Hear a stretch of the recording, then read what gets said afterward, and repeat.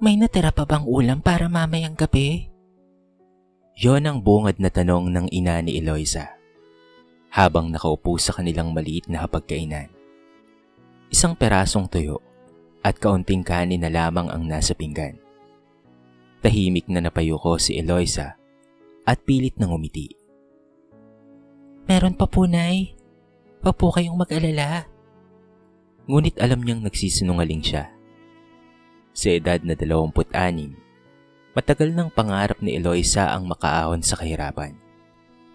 Lumaki siyang saksi sa hirap ng buhay. Ang kanyang ama ay namatay nang siya'y nasa high school pa lamang. At mula noon, ang kanyang ina na may sakit na lamang ang kasama niya sa buhay. Sa kabila ng lahat, nagsumikap si Eloisa. Nagtapos siya ng kolehiyo at nakapasok bilang administrative assistant sa isang kilalang kumpanya sa Makati. Akala niya noon, kapag nagtrabaho na siya, magiging maayos na ang lahat. Ngunit hindi pala ganoon kadali. Kulang pa rin ang kanyang sahod para sa renta, gamot ng kanyang ina, at araw-araw na gastusin. Minsan ay napipilitan siyang mangutang bago sumapit ang susunod na sahod. Mas masakit pa rito ang mga taong mahilig manghusga. Sa opisina, madalas niyang marinig ang usapan ng ilan niyang katrabaho. Uy, nakita mo ba yung bag ni Karen? Halos 10 sahod na natin ang presyo noon. Kaya nga Kaya siguro lagi siyang nililigawan ng mga manager. Madalas ay napapatingin na lamang si Eloisa sa sarili niyang lumang bag na ilang beses nang natahi. Pakaramdam niya ay hindi siya nakikita ng mga tao. Para bang kapag mahirap ka, wala kang halaga. Isang araw, habang naglilinis siya ng kanyang mesa, napansin niya ang isang magazine na naiwan ng kanyang katrabaho. Nasa cover nito ang isang magandang babae na nakangiti habang nakasakay sa mamahaling sasakyan. May nakasulat sa ibaba, "Success attracts success." Hindi niya alam kung bakit, ngunit tumimoy yon sa kanyang isip. Mula noon, ay nagsimula siyang magbago. Unti-unti siyang nanghiram ng mga damit sa kanyang pinsang may kaya sa buhay. Natuto siyang mag-ayos ng sarili. Bumili siya ng mga second-hand na branded na damit sa murang halaga at pinagmumukhang bago. Sa opisina, nagsimula siyang magkwento ng mga bagay na hindi naman totoo. Na meron daw silang negosyo sa probinsya, na may lupa raw silang minana, na madalas siyang sunduin ng driver kapag may espesyal na okasyon. At nakakagulat na marami naman ang naniniwala. Bigla siyang napansin, bigla siyang naging interesante, bigla siyang naging mahalaga sa paningin ng iba. Sa bawat papuring natatanggap niya, lalo siyang nakukumbinsing tama ang kanyang ginagawa. Kung mahirap ang tingin nila sa akin, hindi nila ako papansinin. Bulong niya minsan sa sarili. Hindi niya namalayang unti-unti na siyang nalulunod sa sarili niyang kasinungalingan. Hanggang isang umaga, nagkaroon ng kakaibang ingay sa opisina.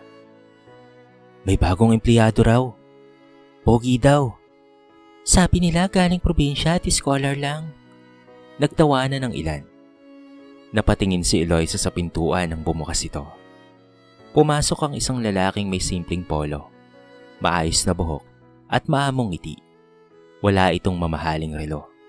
Wala ring mamahaling sapatos. Ngunit may kakaibang kumbiyansa sa kanyang mga mata. "Good morning po," magalang nitong bati. Hindi malaman ni Eloisa kung bakit, ngunit tila may kung anong kumabog sa kanyang dibdib. Sa unang pagkakataon matapos ang mahabang panahon, may isang taong hindi niya masukat kung mayaman ba o mahirap. At ang lalaking iyon ay si Manuel. Hindi alam ni Eloisa na ang simpleng lalaking kasalukuyang nakangiti sa harapan nila ang siyang magbabago ng kanyang buhay. At higit sa lahat, hindi niya alam na pareho silang may itinatagong katotohanan. Sa unang tingin, walang mag-aakalang espesyal si Manuel. Simple ang kanyang pananamit, karaniwan ang kanyang sapatos, at kung magsalita, ay parang isang ordinaryong empleyadong nagsisimula pa lamang sa mundo ng pagtatrabaho. Ngunit sa likod ng simpleng anyo na iyon, ay may lihim na tanging iilang tao lamang ang nakakaalam. Si Manuel ay hindi lang isang pangkaraniwang empleyado. Siya ang nag-iisang anak ni Don Ricardo Villanueva. May-ari ng isa sa pinakamalaking kumpanya sa bansa. Lumaki si Manuel sa marangyang pamumuhay. Mula pagkabata ay hindi niya naranasan ang magkulang sa pagkain, damit o edukasyon. Nag-aral siya sa mga mamahaling paaralan at nakapaglalakbay sa iba't ibang bansa. Marami ang naiinggit sa kanyang buhay, ngunit hindi nila alam na may sariling kalungkutan ng pagiging mayaman. Noong kolehiyo, ilang beses siyang umibig at ilang beses din siyang nasaktan. Hindi dahil iniwan siya, kung hindi dahil nalaman niyang hindi siya ang tunay na minahal.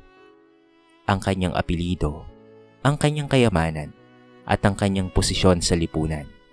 Yon ang hinabol ng mga taong nagsabing mahal nila siya. Hindi niya malilimutan ang isang dating kasintahan na halos araw-araw ay nagsasabing hindi mabibili ng pera ang pag-ibig.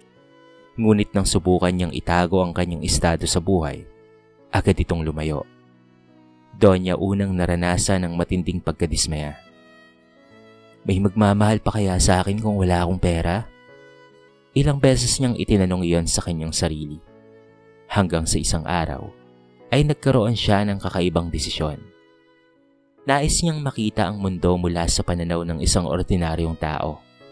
Nais niyang malaman kung papaano siyang pakikitunguhan ng mga tao kung hindi nila alam kung sino siya.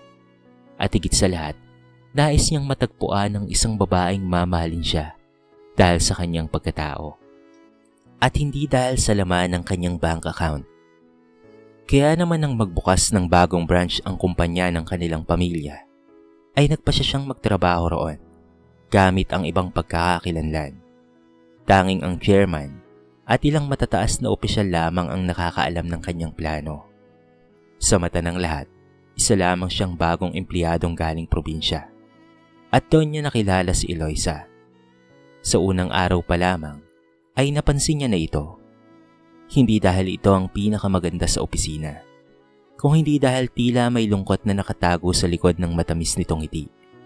Napansin na rin niyang kakaiba ang dalaga. Minsan ay tila napakayaman nito kung magsalita. Ngunit may mga pagkakataong para bang hindi tunay sa mga bagay na ipinagmamalaki nito. Tulad noong minsang nagkaroon ng usapan patungkol sa mamahaling restaurant. Nagkunwari si Eloisa na madalas daw silang kumain doon ng kanyang pamilya. Ngunit nang tanungin kung ano ang paborito niyang pagkain sa nasabing lugar, tila nagulat ito at agad na nagpalit ng paksa. Hindi yun nakaligtas sa mapanuring mga mata ni Manuel. Sa halip na husgahan siya, lalo siyang naging interesado. Pakiramdam niya ay may malalim na dahilan ng lahat. At habang lumilipas ang mga araw, lalo nilang nakikilala ang isa't isa. Tuwing lunch break ay magkasabay silang kumakain. Tuwing overtime ay sabay silang umuwi. Minsan pa nga ay naglalakad sila sa labas ng opisina habang nagkikwentuhan patungkol sa kani-kanilang mga pangarap. At sa bawat sandaling kasama niya si Eloisa, unti-unting nawawala ang mga takot na matagal na niyang kinikimkim. Sa unang pagkakataon matapos ang maraming taon, masaya siyang maging simpleng tao lamang. Ngunit habang lumalalim ang kanilang pagkakaibigan, may isang bagay na hindi niya mapigilang isipin. Ano kaya ang mangyayari kapag nalaman ni Eloisa ang kanyang tunay na pagkatao? At masigit sa lahat, matatanggap kaya siya nito? Kapag nabunyag ang lahat ng kanyang itinatagong katotohanan? Samantala, hindi rin alam ni Manuel na may sarili ring lihim ang babaeng unti-unti nang inaangkin ng kanyang puso. Isang lihim na maaaring sumubok sa lahat ng nararamdaman nilang dalawa. Lumipas ang mga linggo at lalo pang naging malapit sina Eloisa at Manuel. Kung dati ay simpleng pagbati lamang ang namamagitan sa kanila, ngayon ay tila hindi kumpleto ang kanilang araw kapag hindi sila nagkakausap. Maging ang kanilang mga katrabaho ay napapansin na ang kanilang pagiging malapit. Aminin niyo na kasi, may namamagitan na sa inyo, no? Natatawang biro ng isa sa kanilang mga kasama. Agad na namula si Eloisa habang napayuko naman si Manuel. Ngunit sa kaibuturan ng kanilang mga puso, pareho nilang alam na may espesyal nang namumuo sa pagitan nila. Sa bawat araw na magkasama sila, mas lalo nilang nakikilala ang isa't isa. Napansin ni Eloisa na kakaiba si Manuel kumpara sa ibang mga lalaking nakilala niya noon. Hindi ito mayabang, hindi rin ito mapagmataas.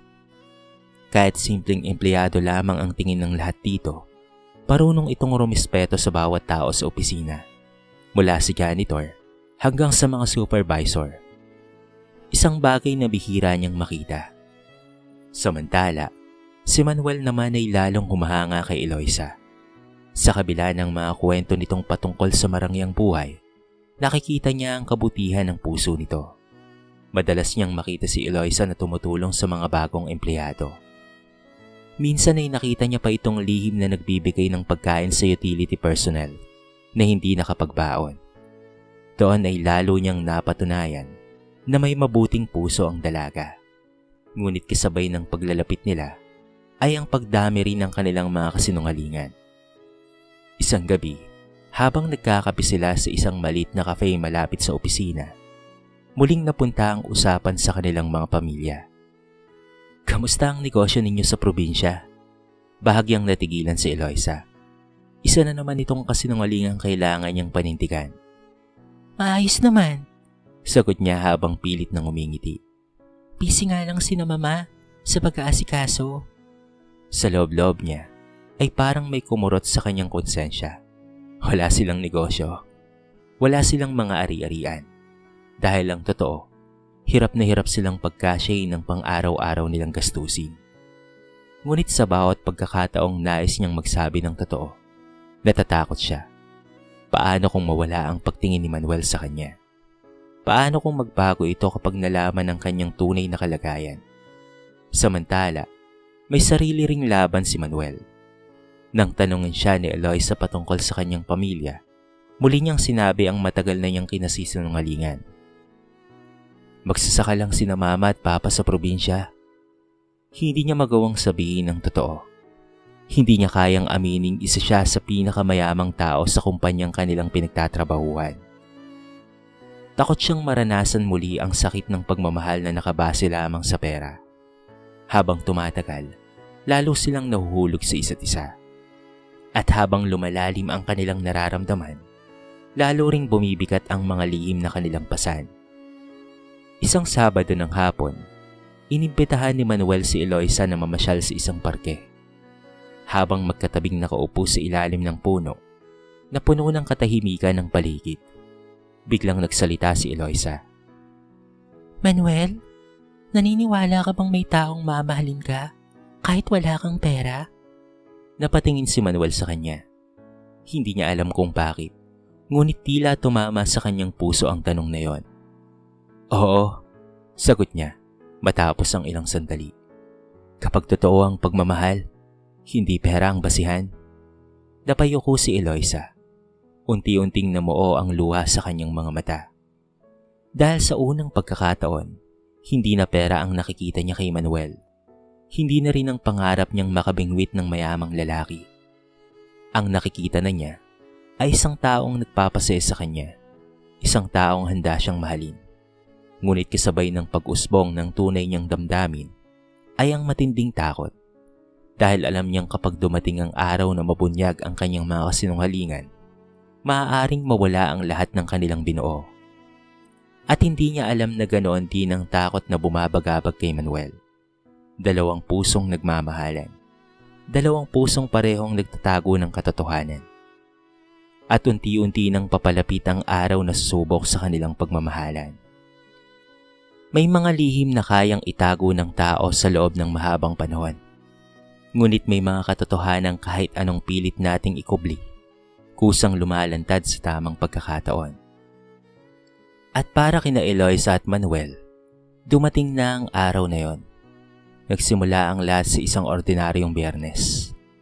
Pauwi na sana si Eloisa nang makatanggap siya ng tawag mula sa ospital. Biglang tumaas ang presyon ng kanyang ina. at kinakailangang dali nito ng kapitbahay sa emergency room. Nanlamig ang kanyang buong katawan. Agad siyang lumabas ng opisina habang nanginginig ang mga kamay. Sa kanyang pagmamadali, hindi niya namalayang nahulog ang kanyang pitaka sa lobby. Nagkataong si Manuel ang nakapulot nito. "Eloisa!" Sigaw niya habang hinahabol ang dalaga. Ngunit nakasakay na ito ng taxi. Nang buksan ni Manuel ang pitaka upang hanapin ang anumang impormasyon na makakatulong sa kanya upang maibalik ito, may isang lumang larawan ng nalaglag. Larawan ito ni Eloisa at ng kanyang ina sa harap ng isang maliit na bahay na yari sa kahoy at yero. Kasama ng larawan ng ilang resibo ng utang, mga bayarin sa ospital at listahan ng mga gastusin. Napatitig si Manuel. Hindi niya maintindihan ang kanyang nararamdaman. Unti-unti niyang nabuo ang katotohanan. Walang negosyo, walang mga lupain, walang marangyang buhay. Mahirap si Eloisa at tila matagal na siyang nagsisinungaling. Samantala, matapos maasikaso ang kanyang ina sa ospital, saka lamang napansin ni Eloisa na nawawala ang kanyang pitaka. Kinabukasan, nagpasya siyang puntahan si Manuel upang itanong kung nakita nito. Ngunit pagdating niya ng opisina, ay wala ito. "Nag-leave si Manuel ngayon," sabi ng supervisor. Napansin ni Eloisa ang kakaibang tingin ng mga tao sa paligid. Parang may alam silang hindi niya alam. Bandang tanghali, nakatanggap siya ng tawag mula kay Manuel. "Eloisa, pwede ba tayong magkita?" May kakaiba sa boses nito.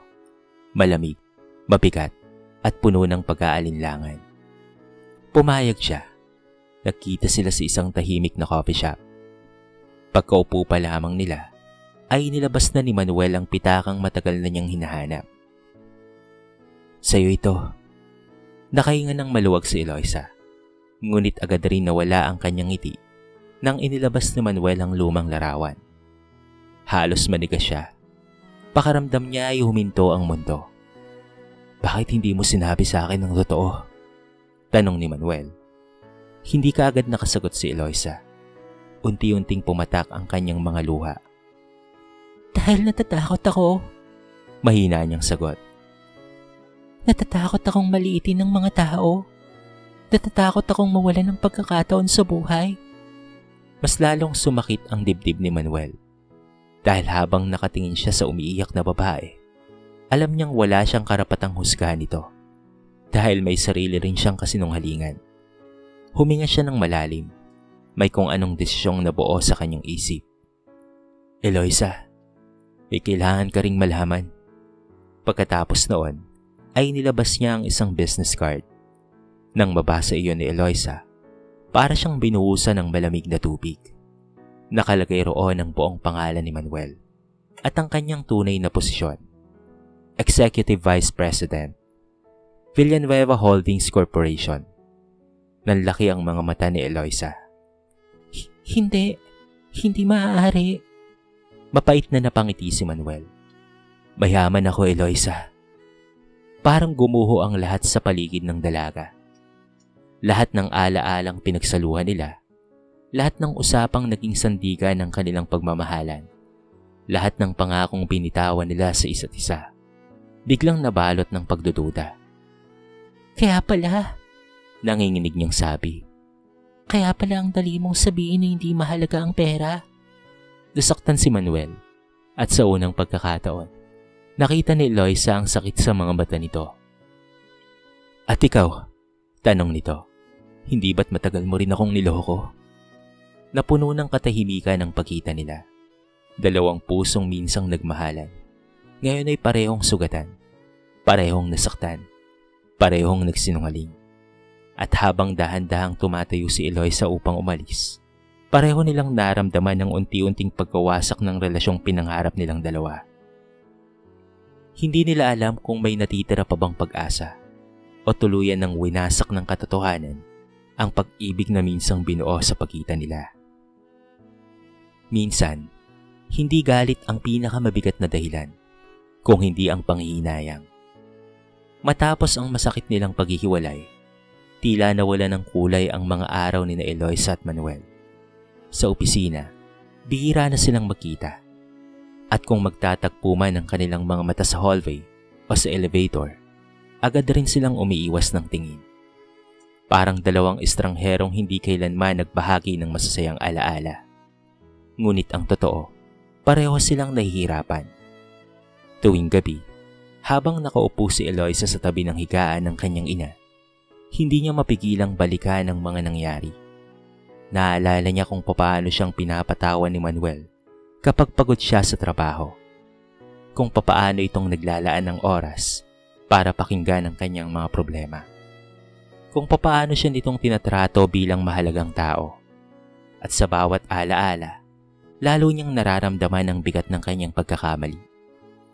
Sa unang pagkakataon, inamin niya sa sarili ang katotohanan. Hindi niya minahal si Manuel dahil sa pera. Hindi niya ito minahal dahil sa posisyon. Minahal niya ito dahil sa kabutihan ng puso nito. At yun ang pinakamasakit. Dahil nang matagpuan niya ang tunay na pagmamahal, siya rin mismo ang sumira nito. Isang gabi, napansin ng kanyang ina ang kanyang kalungkutan. Eloisa anak, Mahinang tawag nito. mahal mo ba siya? Napaluha si Eloisa. Matagal bago siya nakasagot. Opo, inay. Ngumiti ng bahagya ang kanyang ina. Kung mahal mo siya, dapat naging tapat ka. Parang punyal na tumarak sa kanyang puso ang mga salitang iyon. Dahil alam niyang tama ang kanyang ina. Samantala, sa kabilang panig ng lungsod, nakaupo naman si Manuel sa balkonahe ng kanilang malaking bahay. Tahimik niyang pinagmamasdan ng mga ilaw ng syudad.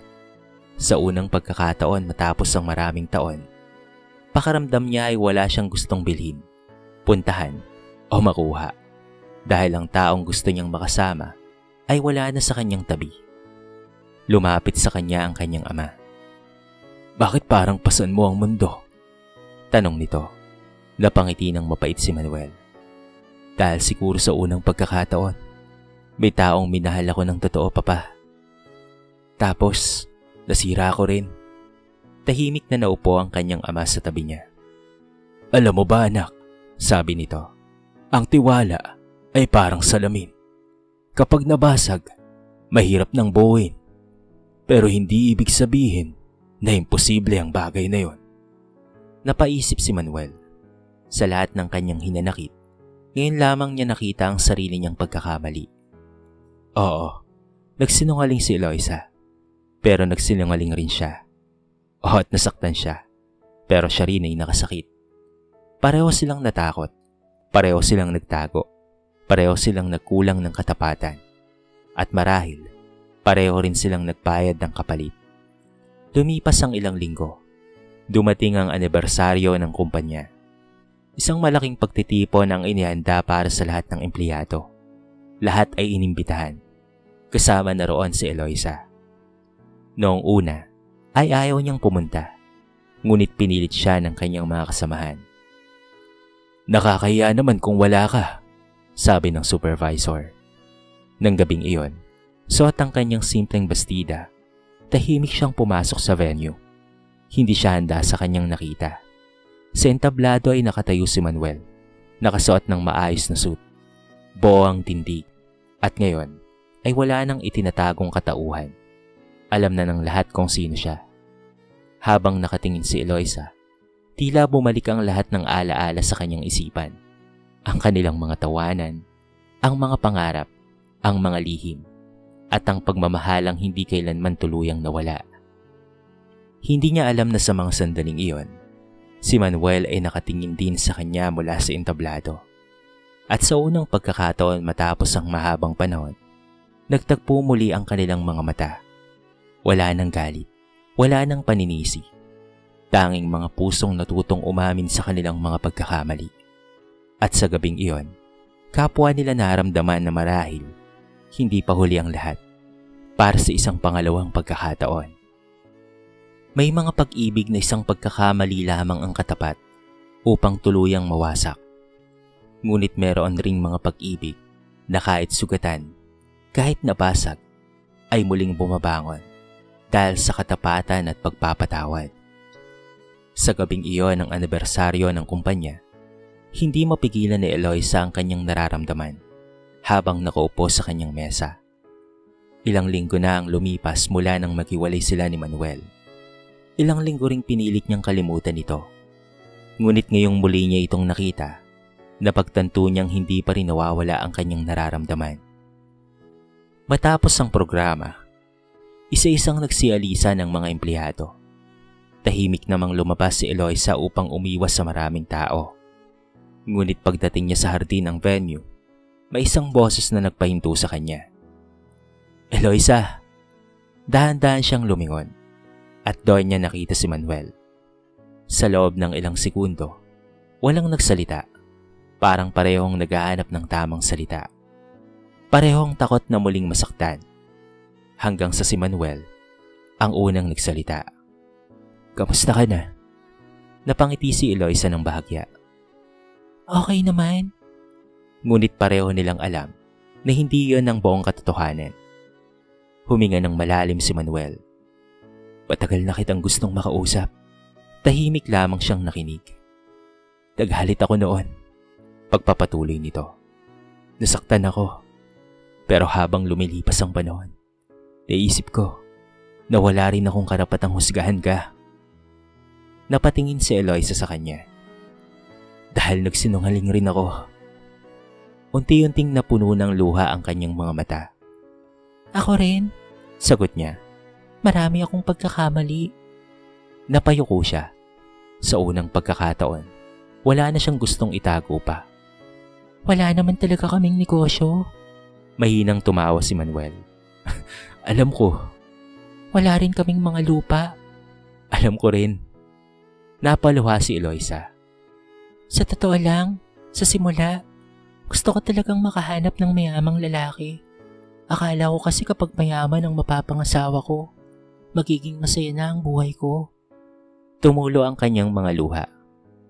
Pero habang tumatagal, ikaw na ang hinahanap-hanap ko, hindi ang pera mo. Natahimik si Manuel at sa unang pagkakataon matapos ang napakahabang panahon, narinig niya ang katotohanang matagal niyang hinihintay. Lumapit siya ng kaunti.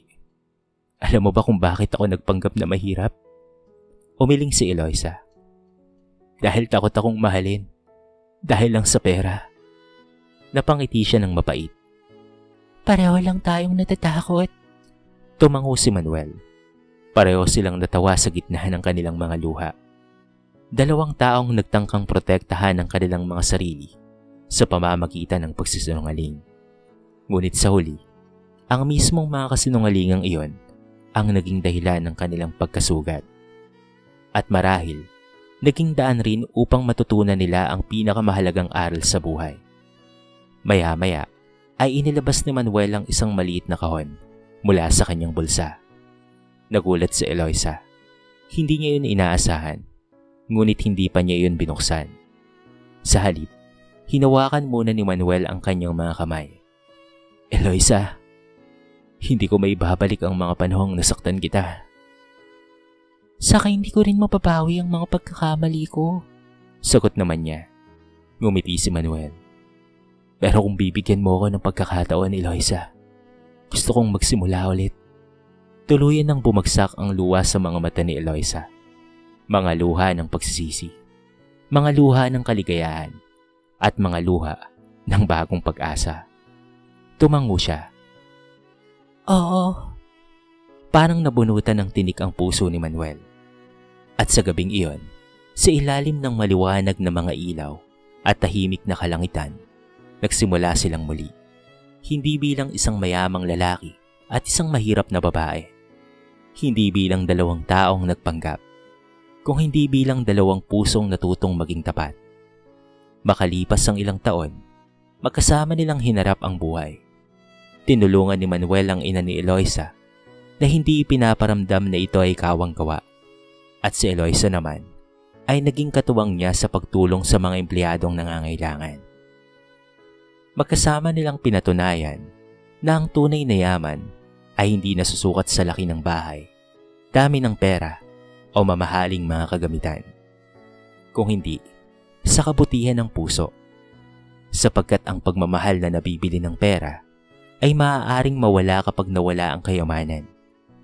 Ngunit ang pagmamahal na nakaugat sa katotohanan, pagtanggap at pagtitiwala ay mananatili habang buhay.